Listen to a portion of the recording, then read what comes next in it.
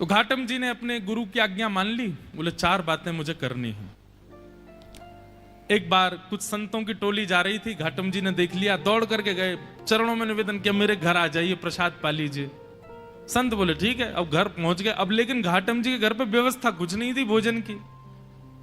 पत्नी से कहा 5 मूर्ति आई हैं, भोजन बनाओ। बोले 5? हम 2 के लिए तो भोजन नहीं है, 5 को कैसे पवाऊं मैं? घाटम जी बोले गुरु आज्ञा निरर्थक हो जाएगी, मुझे कैसे भी इनको 5 को प्रसाद तो पवाना है।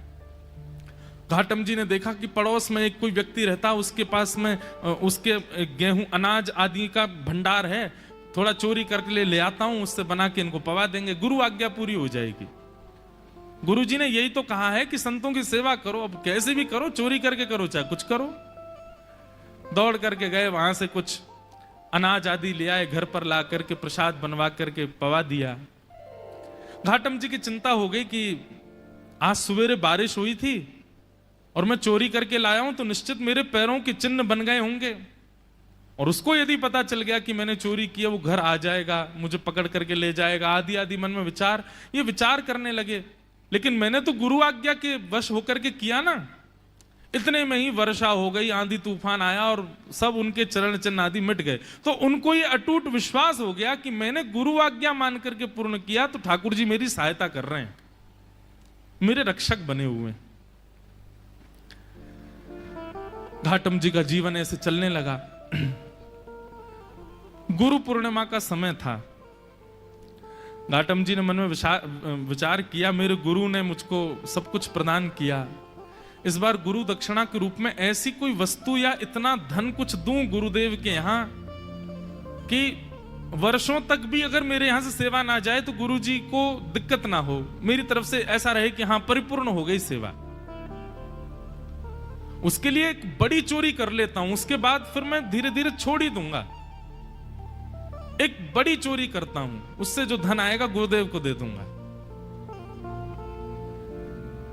और घाटम जी ने विचार किया क्या चोरा हूं। तब उन्होंने विचार किया, बोले कि यहां आमेर का जो राजा है, इसके घोड़े बड़े कीमती हैं और उनमें भी एक काला अश्व है, काला घोड़ा, वो सबसे ज्यादा कीमती है, ऐसा पूरे भारत में नहीं है। यदि उसको मैंने चोरी कर लिया और उससे जो धन आएगा वो यदि मैंने गुरुदेव को दिया तो आजीवन मुझे जितना देना चाहिए उतना एक बार में ही दे दूंगा मैं गुरुदेव को। तो गुरुदेव के यहां गुरु पूर्णिमा की सेवा मेरी तरफ से होती रहेगी। घाटम जी चोरी करने के लिए जा रहे हैं। एक सामान्य से घोड़े पर बैठ करके घाटम जी और सीधे राजभवन में प्रवेश कर रहे हैं। मुख्य द्वार से ही प्रवेश करने लगे तो द्वारपालों ने रोका, ए कहां जा रहे हो, क्या नाम है तुम्हारा? बोले घाटम। कहां जा रहे हो? बोले चोरी करने जा रहा हूं। झूठ नहीं बोलना है, गुरुदेव ने मना किया है।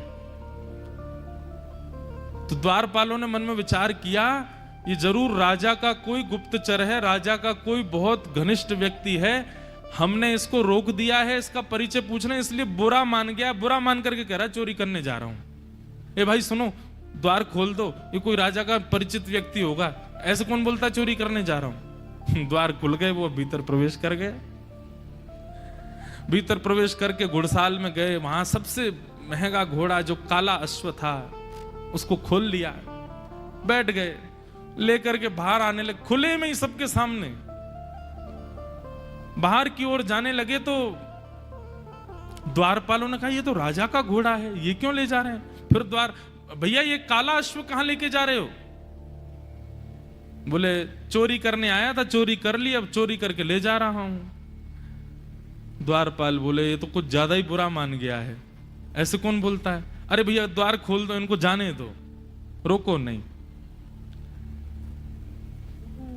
उनका सत्य और वहां द्वारपाल का उसके प्रति ये भाव रखना कि बुरा मान गए, वो ऐसा फिट हुआ कि किसी को शंका ही नहीं हुई कि ये चोरी कर रहे हैं।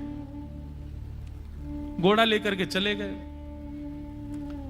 और उसी समय राजा ने आज्ञा की मेरे घोड़े तैयार करो, मैं भी जाऊंगा कहीं, ऐसा उसने आज्ञा की। जाके देखा तो काले अश्व थे नहीं। अफरा तफरी मची। जब द्वारपालों के कान में बात पहुंची तो उन्होंने हल्ला किया कि अरे एक व्यक्ति आया था, आकर के इतना सत्य बोल के, वो तो बोल के गया मैं चोरी करने आया हूं, चोरी करके ले भी गया, तुमने रोका क्यों नहीं? बोले महाराज हमको लगा कि ऐसे कौन बोलता है, चोर कभी ये बोलता मैं चोरी करने आया हूं, लेकिन वो सत्य बोल रहा था, तो हमको लगा आपका कोई गुप्तचर है, आपका कोई घनिष्ठ है, इसलिए हमने रोका नहीं उसको, ले गया वो। सैनिकों को भेजा, जाओ पकड़ लो उसको, घोड़े लेके आओ। घाटम जी घोड़ा लेकर के जा रहे थे, दौड़ रहे थे खूब तेज कि राजा के कोई दूत आए, उससे पहले मैं इसका विक्रय कर दूं कहीं। लेकिन तभी उसी मार्ग पर ही एक मंदिर पड़ा राम जी का, और वहां संभवतः उसी समय आरती चल रही थी। गुरुदेव की आज्ञा याद आ गई, बोले गुरुजी ने कहा था कहीं मठ मंदिर आश्रम दिख जाए तुरंत रुक के प्रणाम करना है। तुरंत अपना घोड़ा रोका, भयभीत है मन में, लेकिन गुरु आज्ञा पर इतना विश्वास, घोड़े को रोका, खड़ा किया, वहीं एक पेड़ से बांध दिया, भीतर भाज करके गए। जल्दी जल्दी प्रणाम कर रहे थे, आरती चल रही थी, आरती प्रणाम की, संतों को प्रणाम किया, परिक्रमा लगा रहे थे, 4 परिक्रमा करी। लेकिन जब तक वो बाहर आते उससे पहले सैनिक आ गए, और सैनिकों ने आकर के देखा घोड़ा खड़ा है, लेकिन एक आश्चर्य हुआ, वो घोड़ा जो काला था वो श्वेत हो गया था, लेकिन घोड़े की आकृति, घोड़े की कद काठी, घोड़े का स्वरूप बिल्कुल वैसा ही था जैसा उस काले, बस उसका वर्ण श्वेत हो गया। तो सैनिक खड़े तो हो गए आके, लेकिन कहने ये घोड़ा तो वही है, लेकिन ये श्वेत कैसे हो गया। घाटम जी निकल करके बाहर आए, सैनिकों ने उनकी ओर देखा, ये घोड़ा किसका है? बोले घोड़ा राजा का है। बोले राजा का घोड़ा तो काला था, ये श्वेत कैसे हो गया? तुम चोरी करके लाए ना? बोले हाँ मैं चोरी करके लाया। ये श्वेत कैसे हो गया? बोले ये तो मुझे नहीं पता, क्योंकि मैंने जब बांधा था तब तो काला ही था, ये श्वेत कैसे हुआ ये तो मुझे नहीं पता। अरे तुझे नहीं पता, ऐसा कैसे बोल सकते हो? बोले मैं सत्य बोल रहा हूं, मुझे लगता है मैंने जिनको निवेदित किया उन्होंने इसको श्वेत कर दिया। सैनिक बोले क्या बोल रहे हो ये? बोले हाँ मैं जो भी चीज लाता हूं पहले ठाकुर जी को निवेदित करता हूं, तो शायद ठाकुर जी श्याम वर्ण के हैं, उन्होंने सोचा होगा श्याम वर्ण के घोड़े पे मैं बैठूं दिखूंगा ही नहीं, इसलिए उन्होंने श्वेत कर दिया।